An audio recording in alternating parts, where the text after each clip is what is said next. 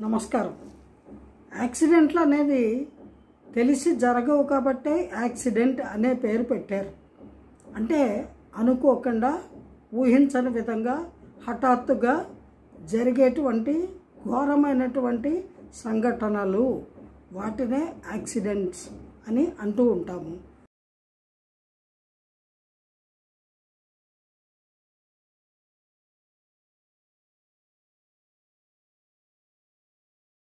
అటువంటి యాక్సిడెంట్స్ అనేక సంవత్సరాలుగా జరుగుతూ ఉన్నాయి.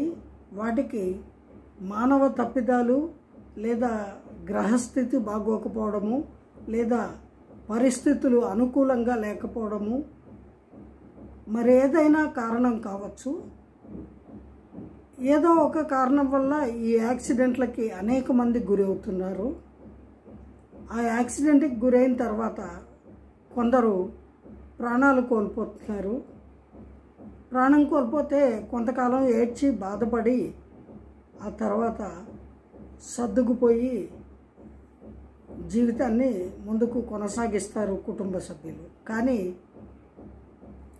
అలాంటి యాక్సిడెంట్స్లో చనిపోకుండా శరీర భాగాలను కోల్పోయి అంగవైకల్యంతో బెడ్ రిడన్ అయ్యి వాళ్ళు బాధపడుతూ వాళ్ళ బాధను చూడలేక కుటుంబ సభ్యులు బంధుమిత్రులు బాధపడుతూ జీవితాన్ని దుర్భరంగా జీవించవలసిన దుస్థితులు కూడా కొందరు ఎదుర్కొంటున్నారు. అందువల్ల పెద్దవాళ్ళు తరచూ చెప్తారు, నిదానమే ప్రధానము అని. కాస్త మంచి చెడు చూసుకొని పనులు చెయ్యమని, ఆలోచించి అడుగు ముందుకు వెయ్యండి అని. అందుకని పెద్దవాళ్ళు చెప్తూ ఉంటారు. మీరేంటి చెప్పేది, మాకు తెలుసులే అని దూసుకుపోతే ఇదిగో ఇలాంటి యాక్సిడెంట్ల పాలు అయ్యే అవకాశము ఉంటుంది. అందుకని కొంచెము నిదానంగా ప్లాన్ చేసుకొని మంచి చెడులు ఆలోచించుకొని consequences you should think and you should take elder people suggestion. Then అప్పటికీ కూడా యాక్సిడెంట్లకి గురైతే మీ గ్రహస్థితి బాగలేదు, మీ గ్రహస్థితిలో ఆ యాక్సిడెంట్కి గురి కావాలని ఉంది అని అర్థం.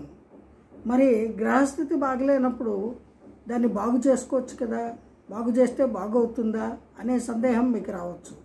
కొంతవరకు గ్రహస్థితిని మెరుగుపరుచుకోవడానికి పూజలు, జపాలు, తపాలు, హోమాలు ఇట్లాంటివి దైవారాధన సహకరిస్తాయి.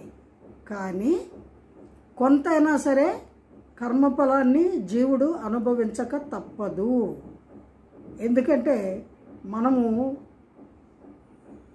మన యొక్క ఆలోచన విధానము, మనం చేసేటువంటి పనులు మనకి ఈ యాక్సిడెంట్లకి గురయ్యే స్థితిని తీసుకువస్తాయి అని మనం ఊహించము, ఎవరు కోరుకోము.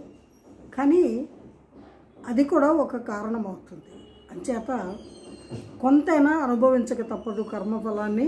కర్మఫలాన్ని తప్పించుకోవడము ఎవ్వరి తరము కాదు, భగవంతుడు కూడా తప్పించడు.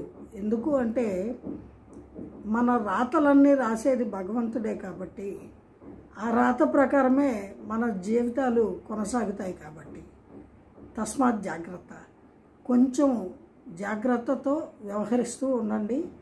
జీవితంలో అన్నీ మేలు కలిగేలాగా భగవంతుడిని అందరి తరఫున నేను ప్రార్థిస్తాను. సర్వే జన సుఖినో భవంతు.